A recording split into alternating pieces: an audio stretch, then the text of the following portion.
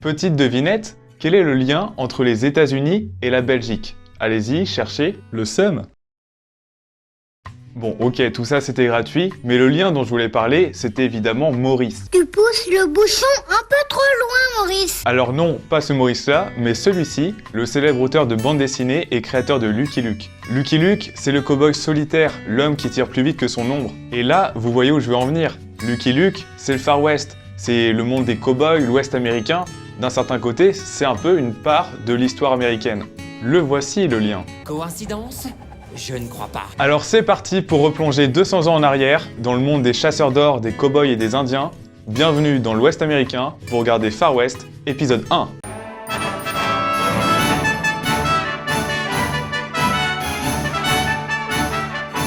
Déjà, il faut se le dire, Vous n'avez pas les bases. Vous n'avez pas les bases. le Far West, c'est en premier lieu une région. C'est l'Ouest américain, et par convention, c'est tout ce qui est à l'ouest du fleuve Mississippi. Mais par Far West, on désigne aussi une période historique, celle de la colonisation et de la conquête de ces espaces, et grossièrement, on sous-entend le 19e siècle. Mais que s'est-il passé à cette époque? Pour vous expliquer et mieux vous faire comprendre le pourquoi du comment de cette période, remontons encore en arrière. Nous sommes en 1492, et Christophe Colomb réalise l'immense exploit de découvrir un nouveau continent, l'Amérique. Et je dis exploit car à cette époque, personne, et je dis bien personne, n'était au courant de l'existence de ce continent. Quand tu dis personne, c'est personne à part les 50 millions de personnes qui y vivaient déjà, et à part les Vikings, qui avaient déjà découvert l'Amérique 500 ans avant Christophe Colomb. C'est vrai que vu comme ça, je crois qu'on peut dire bravo Christophe. La suite, vous la connaissez, les Européens débarquent, ils déciment toutes les populations présentes, et ils s'installent et décident même de prendre leur indépendance vis-à-vis de leur pays d'origine. C'est ainsi qu'en 1776, 13 colonies déclarent leur indépendance vis-à-vis de la Grande-Bretagne. C'est la naissance des États-Unis. Alors toutes ces colonies sont sur la côte Est, et la conquête de l'Ouest commence vraiment en 1803 avec l'achat de la Louisiane. Ce premier événement est fascinant. À cette époque, la Louisiane appartenait à la France, mais cela faisait évidemment plein d'envieux. Les Anglais, les Espagnols, mais aussi les Américains étaient pas mal intéressés par ce territoire. Napoléon n'a pas forcément envie de se battre sur tous les fronts, et il décide de vendre ce territoire aux États-Unis, en partie pour foutre le seum aux Anglais. Le prix de vente est de 15 millions de dollars, ce qui représente aujourd'hui 250 millions de dollars. Sur le papier, vous vous dites que tout le monde est content, et cela semble être le cas. Grâce à cet argent, la France peut continuer ses guerres en Europe, et les États-Unis, de leur côté, récupèrent un territoire plutôt sympathique. Et sympathique, c'est le mot, car si vous pensiez que la Louisiane c'est ça, à l'époque cela représentait plutôt ça. Alors oui, pour le prix de vente d'un Airbus A380, les États-Unis ont récupéré tout ça. Visiblement, les pigeons vivaient déjà à Paris à l'époque.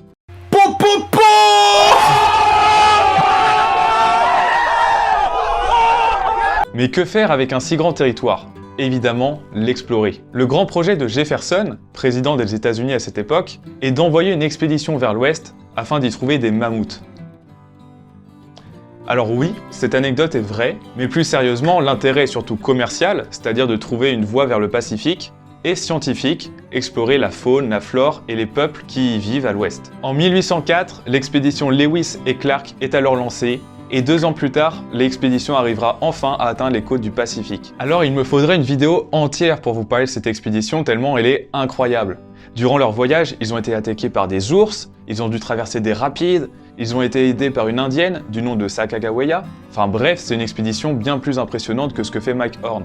Cette expédition, ainsi que l'achat de la Louisiane, sont le point de départ de la conquête vers l'ouest. Les Américains sont aussi poussés par 2 choses. Premièrement, ils sont convaincus d'avoir une mission, qui est de civiliser les terres qui se trouvent à l'ouest de leur continent. Et deuxièmement, il y a cette question de frontière, de limite à repousser toujours plus loin. Alors cette frontière, à l'époque, c'est d'aller jusqu'à la côte Pacifique, mais cela va prendre un tournant plus symbolique, et encore aujourd'hui on parle de frontières pour la conquête de l'espace, ou encore les pionniers d'Internet de la Silicon Valley. Dans la première moitié du 19e siècle, les Américains vont alors progresser vers l'ouest et par la diplomatie, mais plus souvent par la guerre, récupérer de nouveaux territoires comme la Floride, le Texas ou encore la Californie. Gagner des territoires c'est bien, les habiter c'est mieux. C'est ce qui va être fait à partir de la seconde moitié de ce siècle avec une motivation, l'or, qui est appelé par les Indiens le métal jaune qui rend les blancs fous. La découverte d'or sur un territoire est accompagnée par l'arrivée de milliers de personnes venant des 4 coins du monde, prêts à affronter un voyage long et dangereux à combattre des bandits, des bêtes sauvages et des conditions climatiques effroyables. C'est ce qu'on appelle la ruée vers l'or.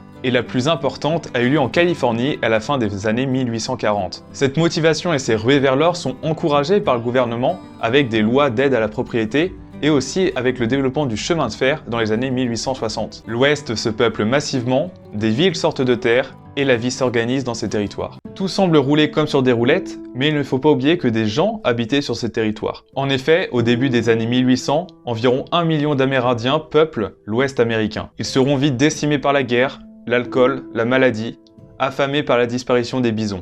Il y a eu de nombreux événements horribles, par exemple la piste des larmes, un déplacement forcé de populations indiennes dans les années 1830. Évidemment, les Amérindiens se sont révoltés, les révoltes se sont faites plus nombreuses, plus sanglantes aussi, avant que la résistance s'éteigne petit à petit à la fin du siècle. C'était évidemment important pour moi d'en parler, car la conquête de l'Ouest, c'est aussi une véritable tragédie humaine, quand on sait que la population indienne a été divisée par 5 durant ce siècle. Toujours dans la joie et la bonne humeur, j'aurais pu vous parler de la question de l'esclavage.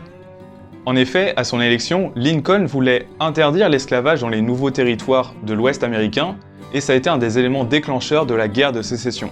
Alors je vais pas plus en parler que ça dans cette vidéo, car c'est pas vraiment le sujet, et il y a eu très peu de combats dans les territoires de l'Ouest qui nous intéressent. Toujours est-il qu'à la fin de la guerre de sécession, et avec le développement de nouvelles technologies comme la télégraphie ou le chemin de fer dont j'ai parlé précédemment, le Far West connaît un véritable âge d'or dès 1865. Il rime alors avec Eldorado et liberté. Et des milliers de personnes, des milliers d'immigrés venus des 4 coins de l'Europe ou de l'Asie viennent s'y installer, rêvant de vie meilleure et plus prospère. La colonisation de ces espaces continue et la conquête de l'Ouest est officiellement terminée en 1890. Les États-Unis sont désormais une puissance industrielle qui maîtrise l'ensemble de son territoire et ils sont maintenant une puissance mondiale. Le Far West, quant à lui, est rentré dans l'imaginaire collectif et dans l'imaginaire américain. Parce que oui, loin de cette histoire chronologique, le Far West c'est avant tout pour nous une question de mythe et de légende. Ça renvoie au western, au saloon, aux cow-boys, cela renvoie aussi à des grands personnages devenus des légendes, comme Buffalo Bill, David Crockett